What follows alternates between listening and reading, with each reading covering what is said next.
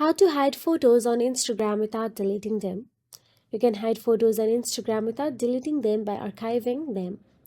First of all you have to do is open the Instagram app on your mobile device and make sure you are logged into your Instagram account. Once inside your Instagram account, all you have to do is tap on the profile picture of yours at the bottom right corner of your screen and navigate to your profile section. Now find the photo or post you want to hide. All you have to do is simply tap on the photo or post you want to hide. You can see I only have the one photo available on my profile, so I'm tapping on it.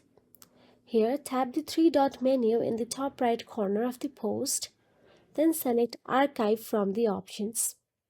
Now the post will disappear from your profile but remain stored in the Archives section.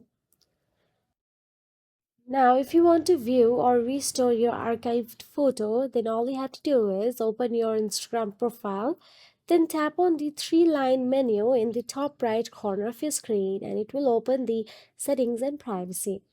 Now select archive, then tap post archive and find a hidden post and tap the three dot menu, then select show on profile to restore it. This method is great if you want to temporarily remove posts without permanently deleting them. If you found this video helpful, please like, share and subscribe and thank you so much for watching.